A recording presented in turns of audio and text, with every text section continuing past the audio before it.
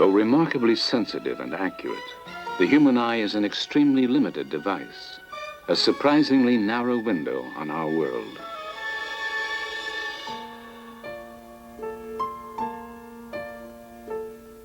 In the fragile film of a soap bubble lies a normally unseen realm, a miniature liquid kaleidoscope too small for our eyes to see.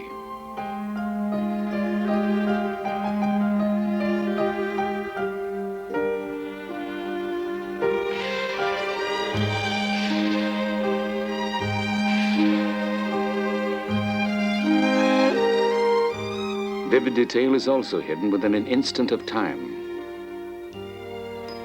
Many events are simply too fast to be seen with the unaided eye.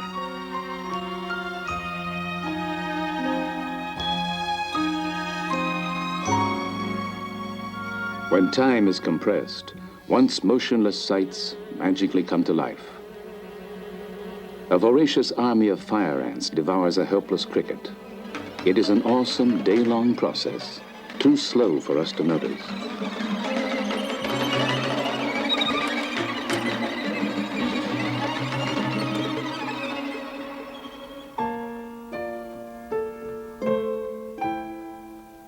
Beyond the spectrum of visible light lie strange and extraordinary sights, images created with forms of energy which elude the naked eye.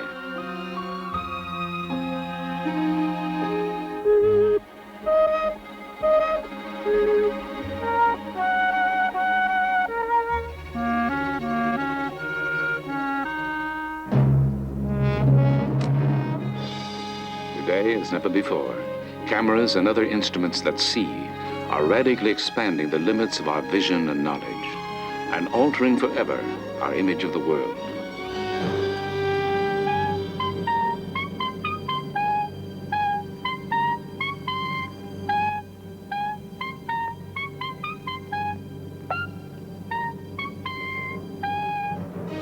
Join us now on a visual journey beyond the limits of the naked eye, on a voyage into the invisible world.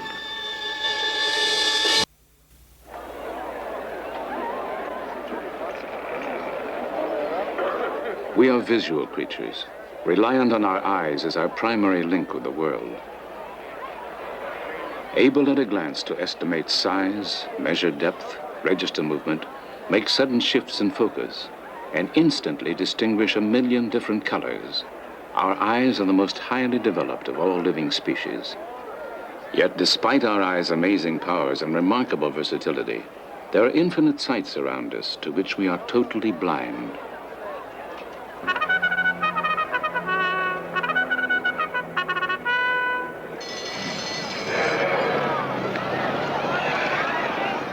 If our vision is expanded beyond its normal bounds, a whole new world of experience suddenly unfolds.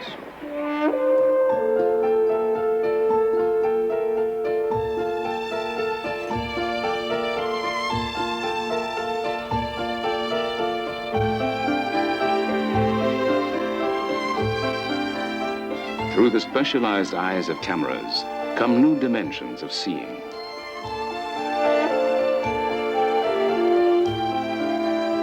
Fleeting movement hidden by time, details shrouded by distance and size, are revealed as vivid images which our eyes alone could never discern.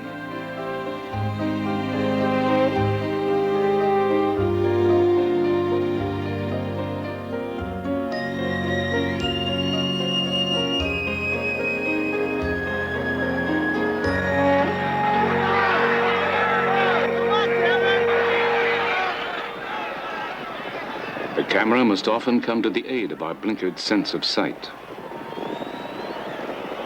What thousands of eyes have witnessed firsthand, we must rely on a camera to actually see.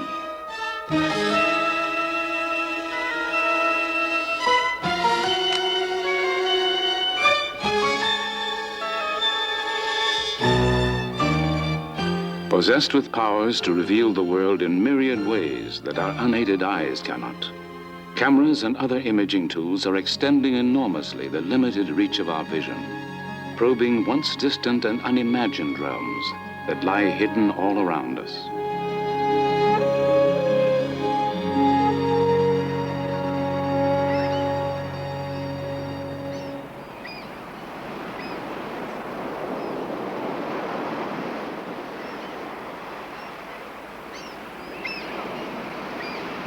We delight in exploring the world we can see. But even up close, our eyes can barely resolve objects that are 1/300th of an inch in diameter, a fraction the size of a tiny grain of sand. What seems very small in human scale is but the threshold of a microcosm beyond the limits of our eyes.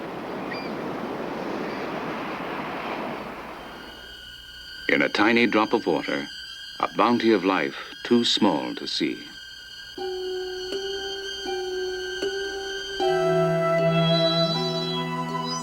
Like spaceships from an alien world, delicate creatures called plankton silently maneuver through their seemingly boundless universe.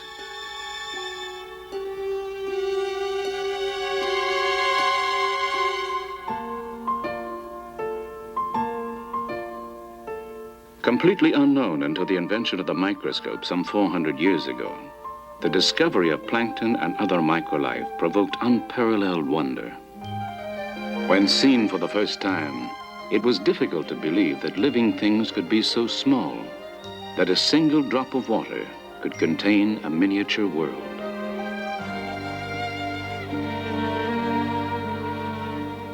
Indispensable tools of science, modern microscopes fitted with cameras can now easily recapture the sights that were seen when man first glimpsed the microworld. Bacteria, discovered in 1674, their tiny size and great abundance seemed nearly inconceivable. A slice of leaf revealed a complex structure of tiny living cells which no one had dreamed existed.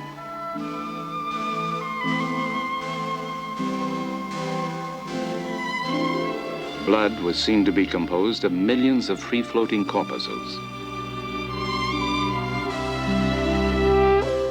The sight of a cell dividing seemed a miracle of nature, another astounding discovery which would help to lay the foundations of modern biology and medicine.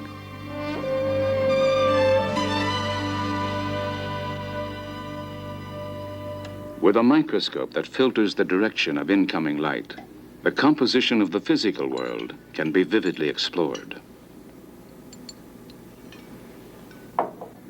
When a liquid transforms into a solid, as when water turns to ice, the tiny crystals that will form its structure organize into shape.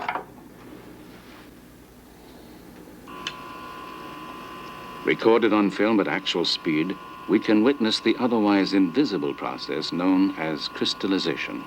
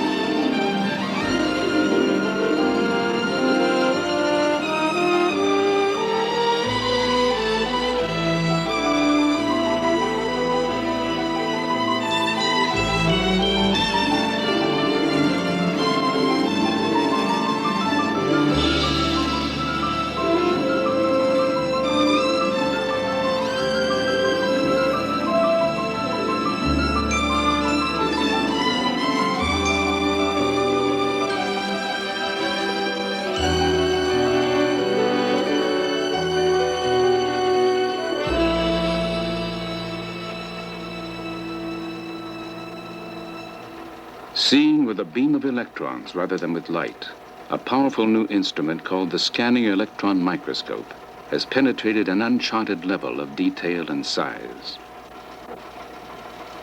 For David Scharf, a researcher and photographer, it is a means to explore a whole new world of inner space.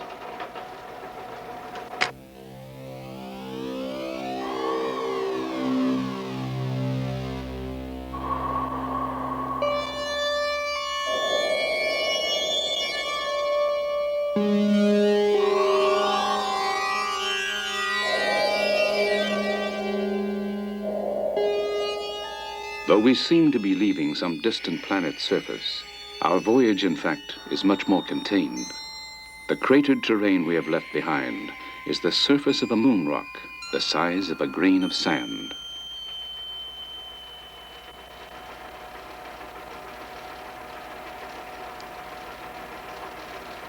The fragile structure of an alyssum flower is barely visible to the eye. In the vacuum chamber of the microscope, a focused beam of electrons will be aimed across the flower's surface to form a magnified image.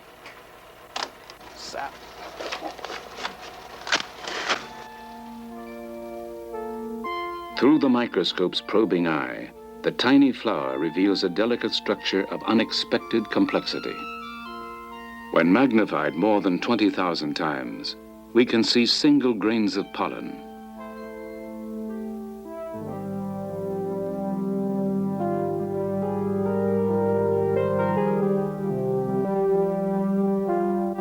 If we spy a little closer on the intimate places we know, we might come to feel like strangers in our own familiar world.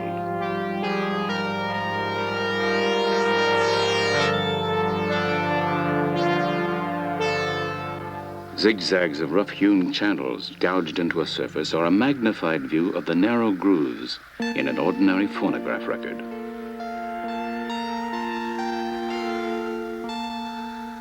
This barren, rutted terrain is not as remote as it seems. It is the porous surface of the tip of a ballpoint pen.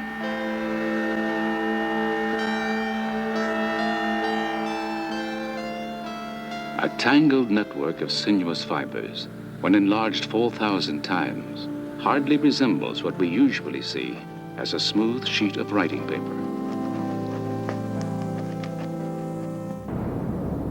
In the sofas and beds of even our best-kept homes, microscopic dust mites quietly live their lives. Like miniature dinosaurs from a long-lost world, their bodies rarely grow large enough for the naked eye to see. Dependent on us for survival, dust mites feed primarily on the flakes of dead skin, which our bodies constantly shed.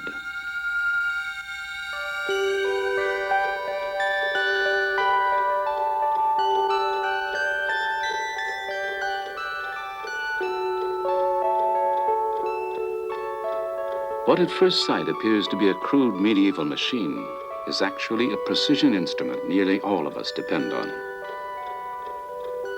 Its roughly chiseled surface offers little clue that this clumsy contraption is actually the complex movement of an ordinary wristwatch.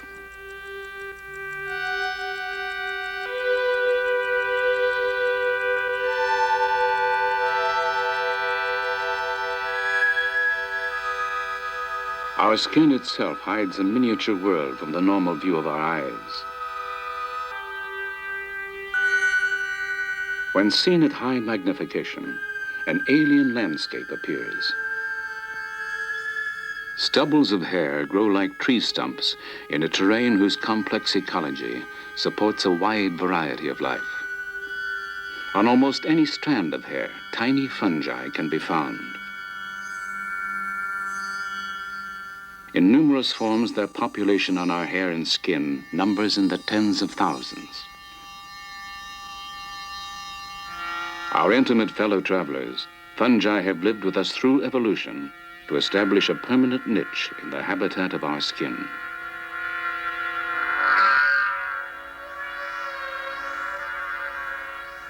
In the roots of everyone's eyelashes live tiny mites called Demodex funicularum. Apparently, they cause us no harm, but why they are there and exactly what they do have yet to be discovered. The varied micro-landscapes on the surface of our bodies can also fall prey to less desirable guests. Meet Pediculus humanus capitis, the head louse, a tiny and bothersome pest which lives its life firmly attached to a single strand of hair. Sarcoptes scabii, the scabies mite, is a microscopic creature that makes a comfortable home by burrowing directly into the skin.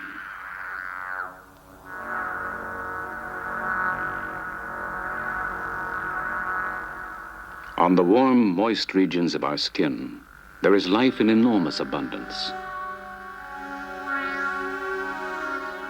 Bacteria, the simplest form of free-living life, are constantly with us. A single bacterium can multiply to more than 1 million in about 8 hours. And no matter how much we wash, millions remain on our skin. Each of us is the keeper of a huge, invisible zoo. In fact, at any given time, there are as many creatures on our bodies as there are people on Earth.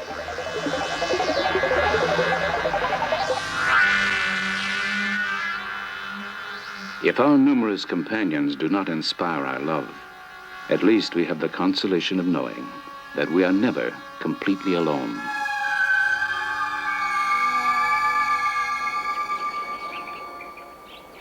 At the Enrico Fermi Institute of the University of Chicago, a new frontier of the micro world has recently been bridged. Using a powerful electron microscope which took 14 years to develop, Dr. Albert Crew has captured on film what no one had ever seen. You are looking at atoms, uranium atoms. The smaller single specks are individual atoms, each with a diameter of only a few billionths of an inch. The larger masses are clusters of several atoms. Colorized artificially to enhance our view, atoms exhibit unpredicted movement, revealing that solid objects, when seen on an atomic scale, are actually a sea of moving particles. The level of magnification of the movies on a home TV screen is about 10 million, maybe 20 million, depending on the size of your TV set. That's about equivalent to blowing a basketball up to the size of the Earth. The ability to see single atoms, to isolate them at that level, could have considerable importance.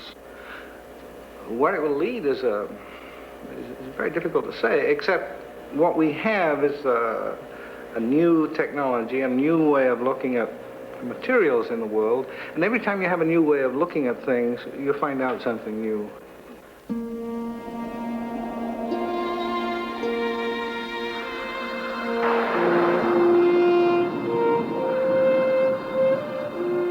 We are exiled from other worlds by time as well as by size.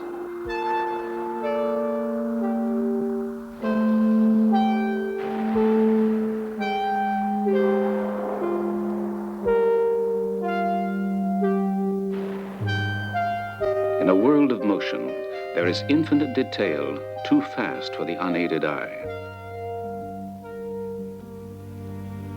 In the 1870s, an ingenious photographer, Edward Muybridge, invented a way to record movements normally too quick to be seen. A wager about the stride of a running horse brought Muybridge to the stock farm of a wealthy Californian. With a battery of 24 cameras that were activated by threads stretched across a track, Muybridge captured aspects of motion that had never been witnessed before. Muybridge's patron had bet that all 4 legs of a running horse were sometimes simultaneously off the ground. Stop-action photography proved him to be right.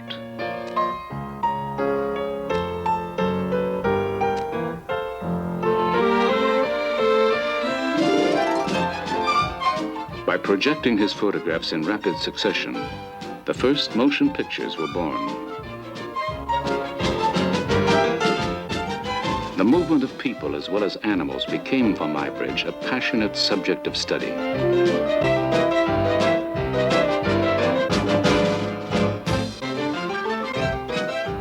Much more than just a technical curiosity, Muybridge's pioneering work was the first photographic analysis of the dynamics of physical motion.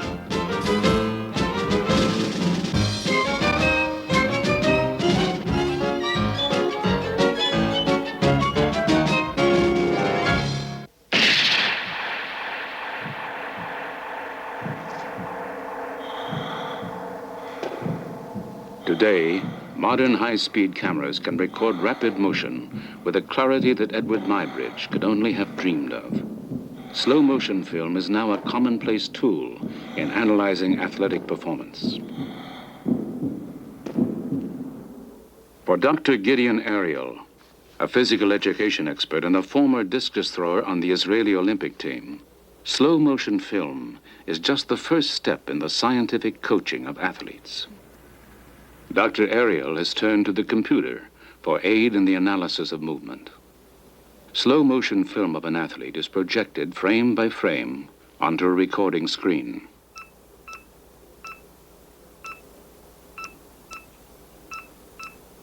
Each touch of a sonic pen transmits into the computer memory the dynamically changing positions of the athlete's joints and limbs.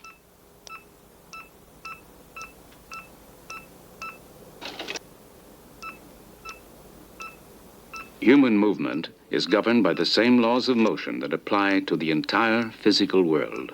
And from the visual information contained in the film, the computer can rapidly calculate the interrelationship of force, acceleration, and velocity in the athlete's movements.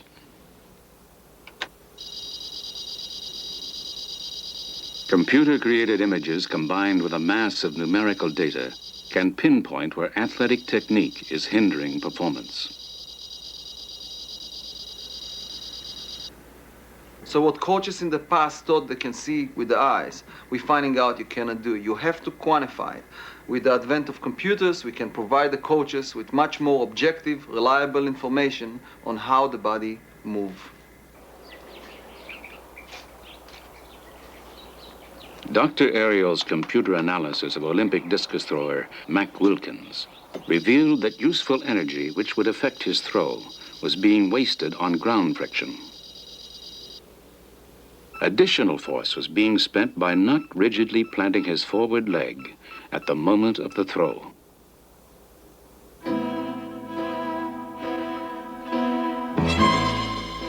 Based on this analysis, Wilkins altered his throwing technique.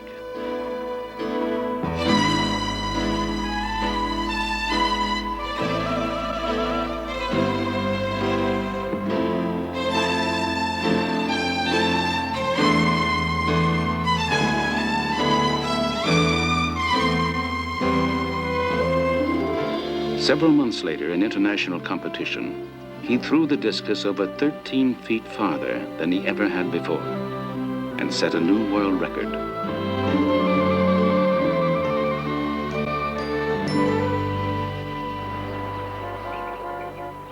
In a remarkable laboratory at the Massachusetts Institute of Technology, time and motion are dramatically dissected.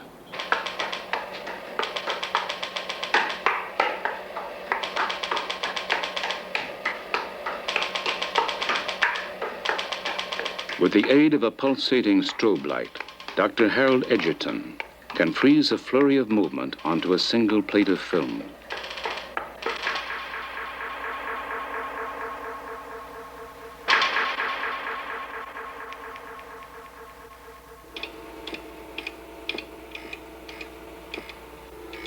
Dr. Edgerton developed the strobe light in 1931.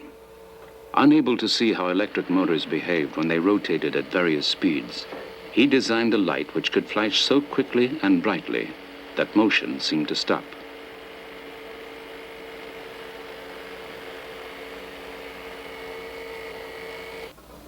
Now, we're going to do an experiment here to take a picture of a bullet, a very high-velocity bullet, as it cuts this playing card in two.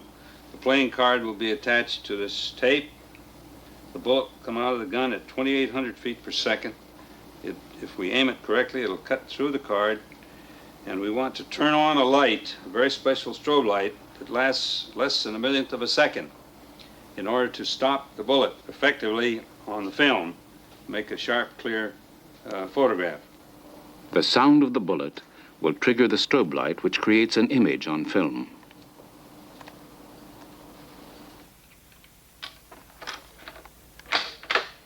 A first shot will test Dr. Edgerton's aim.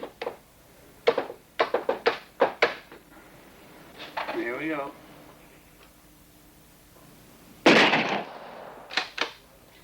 Now, the event as the strobe light reveals it. Less than a millionth of a second is permanently frozen in time.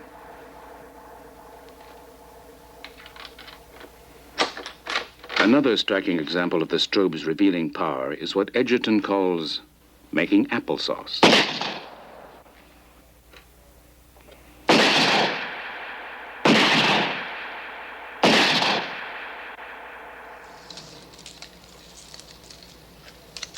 Perhaps the most dramatic of Dr. Edgerton's visual techniques combines the powerful strobe light with a high-speed motion picture camera. Ready to go?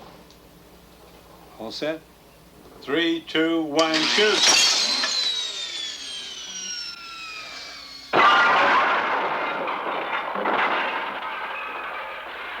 Stretching events thousands of times reveals invisible detail that can be seen and studied in no other way.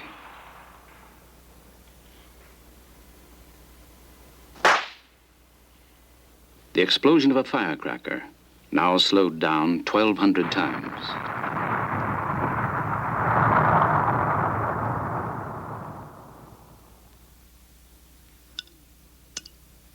Examine the plop of a milk drop 200 times slower than usual. And it becomes a magical vision of hydrodynamic behavior.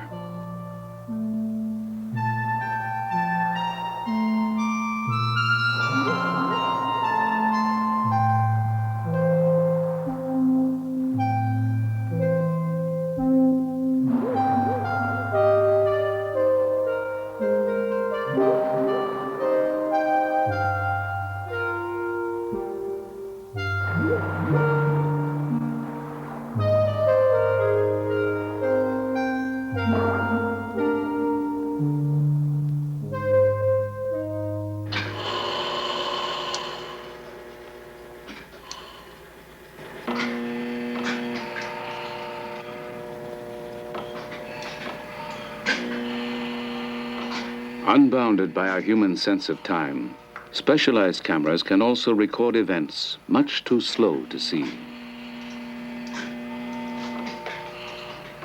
For nature cinematographer Ken Middleham, the technique of time-lapse photography provides a fascinating window on an otherwise hidden realm.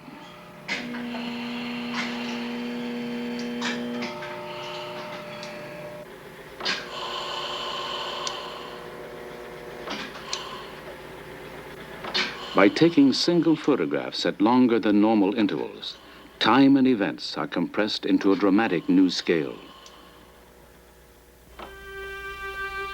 The 2 weeks it takes for an orange to spoil are telescoped into several seconds.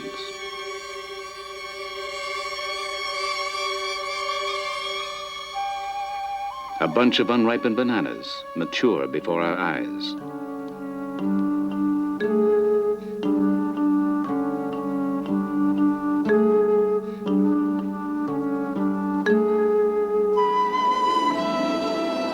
The natural world is alive in ways we cannot see, constantly in the process of incredible transformation. Over a period of days, tiny worms devour the leaf of the tree.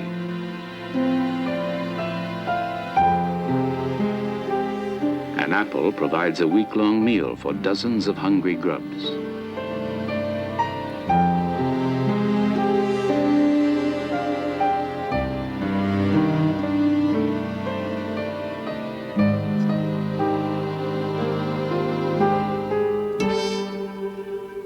In only 4 days, a dead field mouse is consumed by a mass of maggots.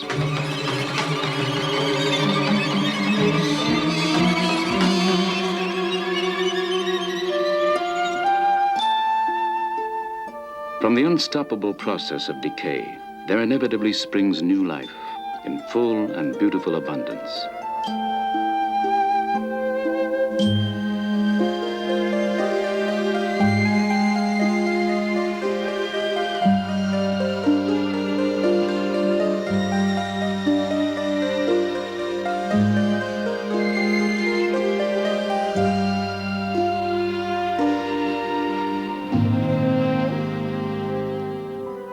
Even the passage of years is not a barrier for the time-lapse camera.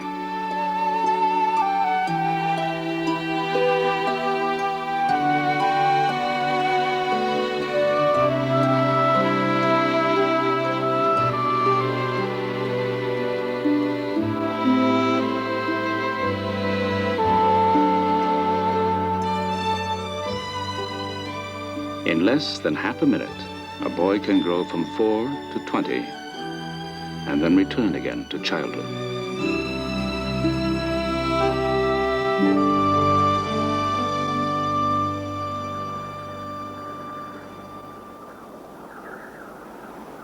Our eyes perceive the world only in the language of light. Yet light, visible light, is but a narrow slice of energy contained within an infinite spectrum of electromagnetic waves that constantly vibrate all around us.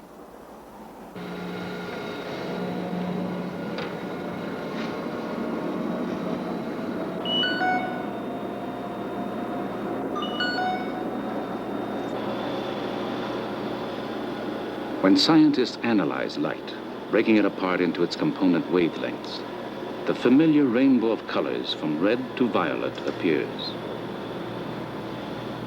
Colors are the brain's code for the wavelengths of light we can see.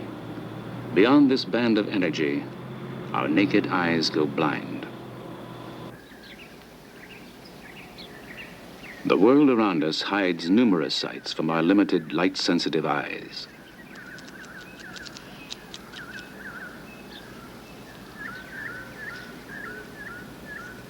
By equipping a camera with a sensitive filter, we can see the world reflected in ultraviolet light, the invisible wavelengths of energy beyond the color violet.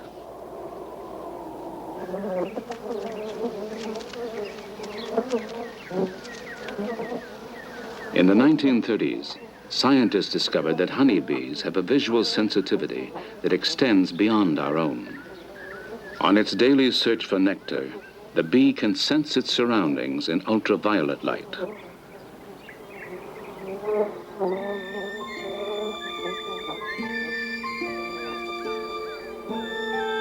Some flowers we see as solidly colored have a very different appearance to the bee. When viewed in ultraviolet light, new shadings and patterns appear.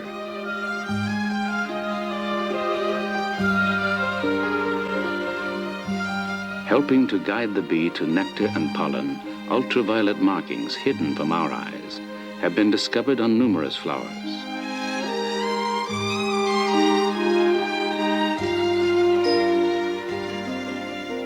Unseen ultraviolet rays stream abundantly from the sun, but they are only one kind of invisible light that we must rely on cameras to reveal.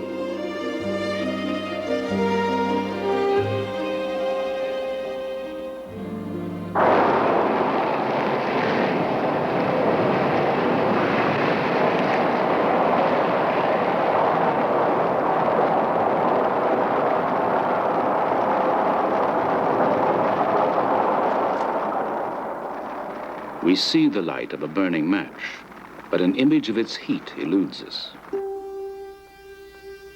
If our eyes could see the part of the spectrum where red light turns to infrared or heat, our view of the world would suddenly take on a new and expanded scope.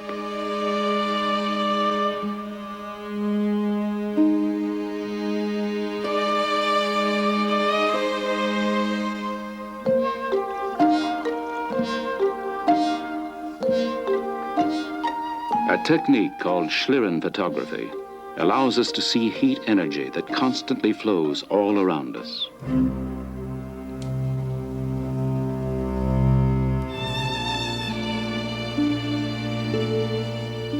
A valuable new tool in medicine, supersensitive infrared cameras can detect slight variations in skin temperature, which often signal early warnings of cancerous tumors and other diseases. Each color represents a 1/2 degree difference in temperature. Red areas are the warmest, blue the coolest. To a doctor's trained eye, the body's varied heat patterns show a wealth of vital diagnostic information once hidden from his view.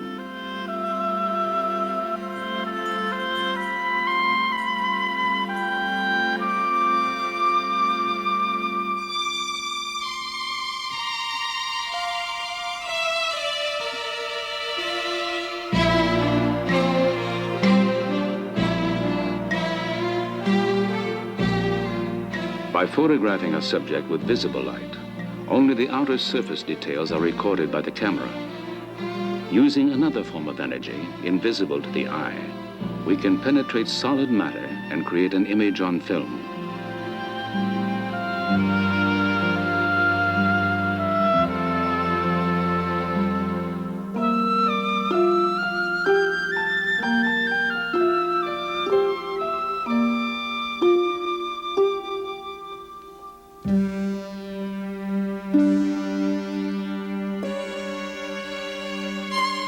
Discovered in 1895, X-rays were briefly considered by some to be a threat to feminine modesty.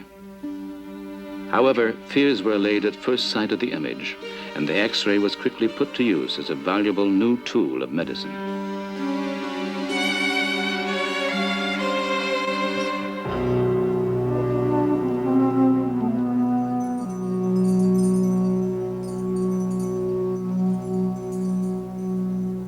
Today, the power of the X-ray is expanding our knowledge of the past. When fragile Egyptian mummies are subjected to modern X-ray analysis, scientists gain new insight into their little-known culture and lives.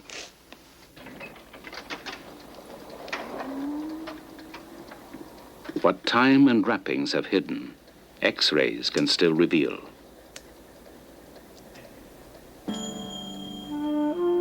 X-rays of Yuya, a royal advisor, show obvious dental disease.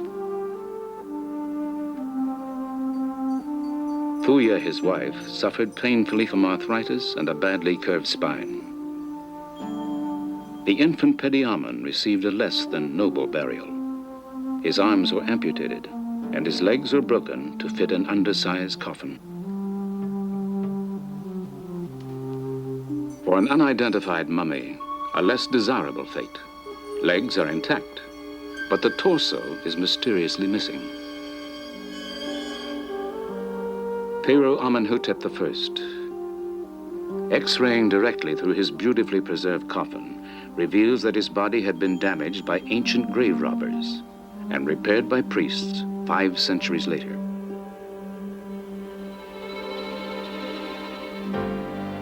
Perhaps no pharaoh is better known than the young king Tutankhamun.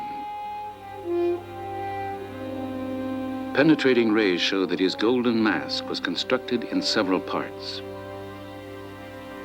His beard was added last, attached to the chin by a tapered peg.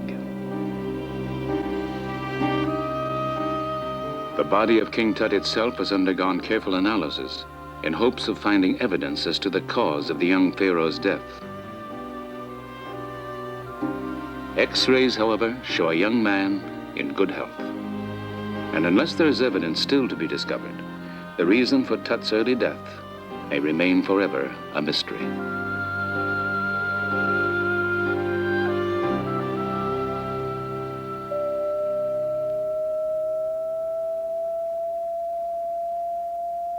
Sound, like light or heat or X-rays, radiates all around us in the form of vibrating waves. This image of a human hand was made with high-frequency sound. Using this technique, doctors can now see soft internal tissue that was not safely accessible before.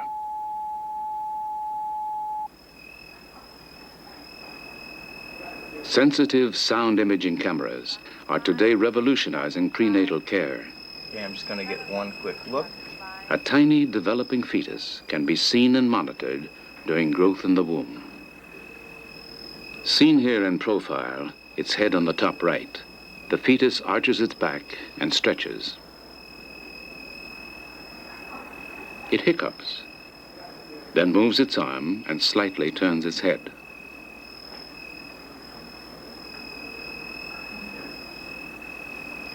The baby's now sort of turned around and it's looking at us to see what we're doing.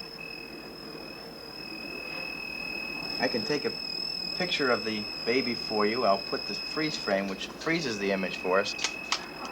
Today, a mother's first baby picture is often made with sound before the child is born. Pretty good. See there, baby's head. But everything else looks fine. Baby's moving around a lot. Baby's heart is beating fine, and you have a normal amount of amniotic fluid for this time. What does it look like?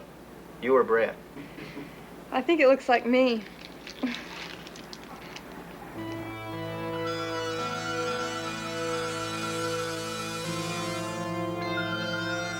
A striking means of photography discovered at the turn of the century shows apparent fields of energy emanating from our bodies.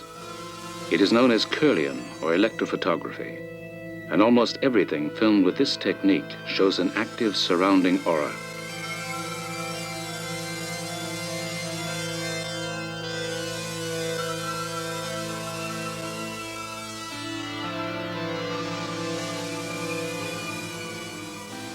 Controversial and only partially understood, Kirlian photography is now undergoing serious investigation as a possible diagnostic tool. To make a Kirlian photograph, a finger is placed over a sheet of unexposed film, which receives a burst of electricity from a metal plate beneath it. When the film is developed, the Kirlian aura appears. Dr. Thelma Moss has conducted research on Kirlian photography at UCLA. People are always asking, what is this Kirlian photography all about? And the answer is, nobody really knows, but we've got some ideas that are intriguing to us because they are not the conventional ideas about what exists around the human body. We believe that not only is there air surrounding us, but that we are emanating something from ourselves that is energetic, bioenergetic if you like, and that tells us a great deal about what's going on inside the body. Kirlian fingertip images taken over several hours vary their intensity as a depressant drug takes effect. A mild stimulating drug seems to cause an activating pattern.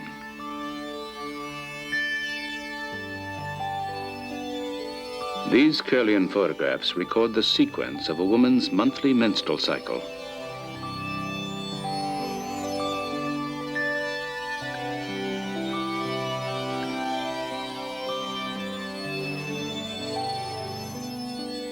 A yogi's hands before and then during a state of deep concentration. Though powerfully evocative, the meaning and value of the Kirlian image still remains largely unknown. With further research, it may prove to be a new frontier of our knowledge.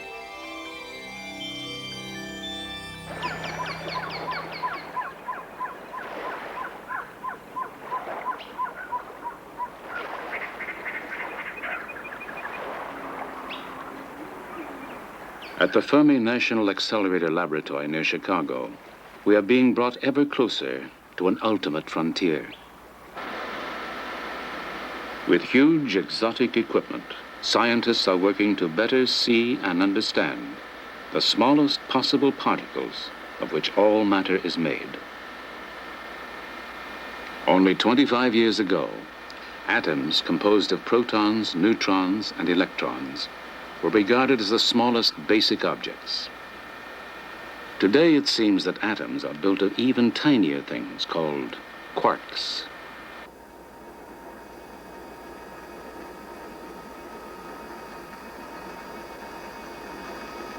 Fermilab is, in a sense, the world's largest and most powerful microscope, an awesome collection of machinery designed to shatter atoms to pieces and see the objects within. Buried underground, a 4-mile ring of powerful magnets guides a narrow beam of particles, which is rapidly accelerated. When fired at their target, they will act like a powerful hammer to break an atom apart. The process begins with a giant generator and a massive jolt of power.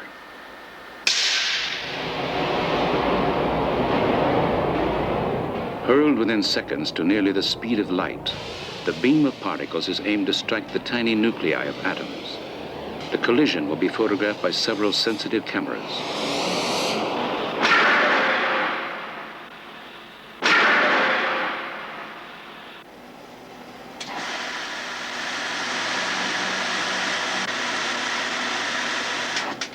When projected onto an analyzing table, the resulting pictures show the scattered tracks left by hundreds of liberated subatomic particles.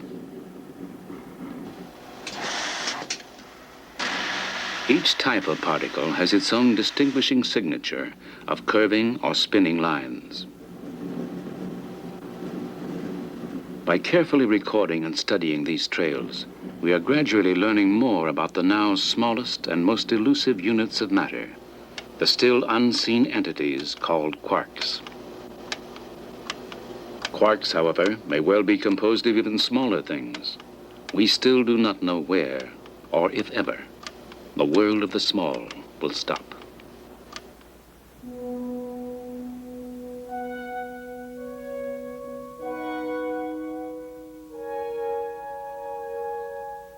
High above the Sonoran Desert near Tucson, Arizona, the Kitt Peak National Observatory is focusing our vision onto the realm of the very large.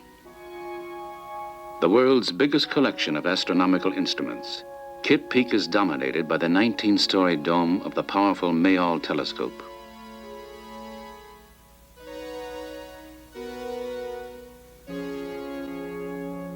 Like most modern optical telescopes, it is really a colossal camera with which to photograph the sky.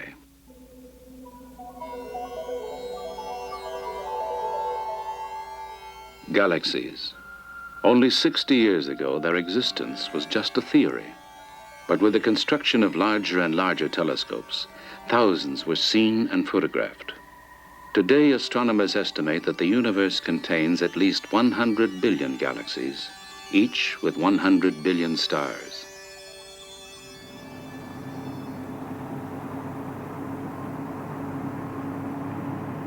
Powerful instruments like the Mayall telescope are now seeing the heavens more clearly than has ever been possible.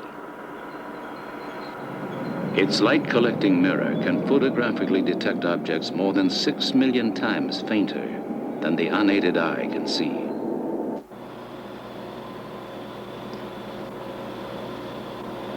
Astronomers today rarely look through a telescope directly.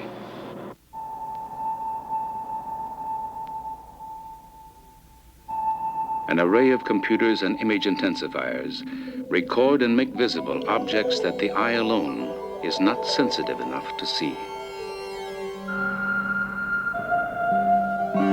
Artificial colorizing shows subtle details that would otherwise be missed. Revealed on the telescope's computer enhancement screen, the world's first image of the surface of a star other than our sun. Known as Betelgeuse, it lies 600 light years from Earth. The computer-colored contrasts on its surface are believed to be huge regions of varying hot and cold. Resolving this image through the telescope was like photographing a grain of sand from several miles away.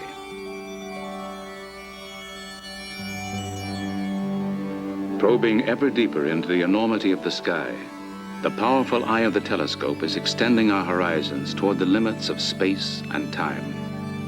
From this exploration, new and astonishing sights are offering clues to such baffling questions as, what are stars? How do galaxies form? Does the universe have an end?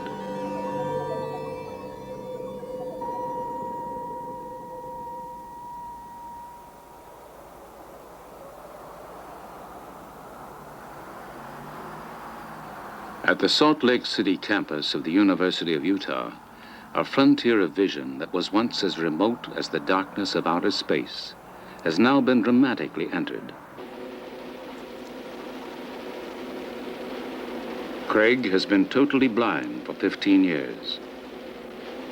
But in a bold experiment, doctors have surgically implanted on the visual cortex of his brain an array of 64 tiny electrodes. This ingenious feat of medical engineering allows Craig to be literally plugged in to the outside world.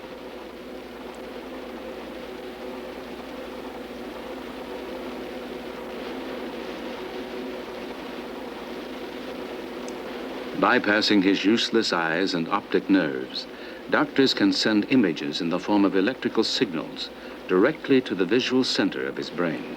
Okay, Craig, that's fine. You can put your head up now. For Craig, it is a strange new contact with his long-lost sense of sight. When Craig was linked to a television camera, he reported seeing both vertical and horizontal lines. In this experiment, a computer system will generate patterns of dots representing the Braille alphabet. It is the same 6-dot code used in touch Braille. The images that Craig sees will appear something like this. Go. First word. I. Okay. H. A. D. And. A. C. A. T. Cat. A. N. D.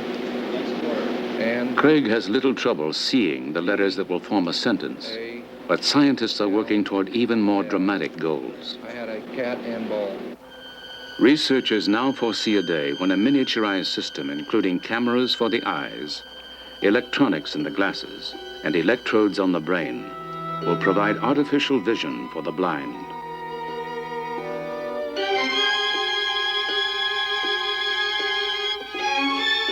In the time it takes to blink an eye, cameras can transport us to wondrous new realms, revealing once hidden places that span from the reaches of outer space to the inner depths of nature. The magic eyes of cameras are dramatically transforming our knowledge and perception.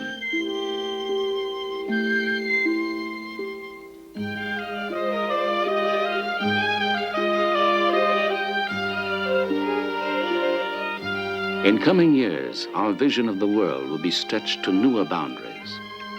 For today, we have only begun to explore the invisible worlds all around us.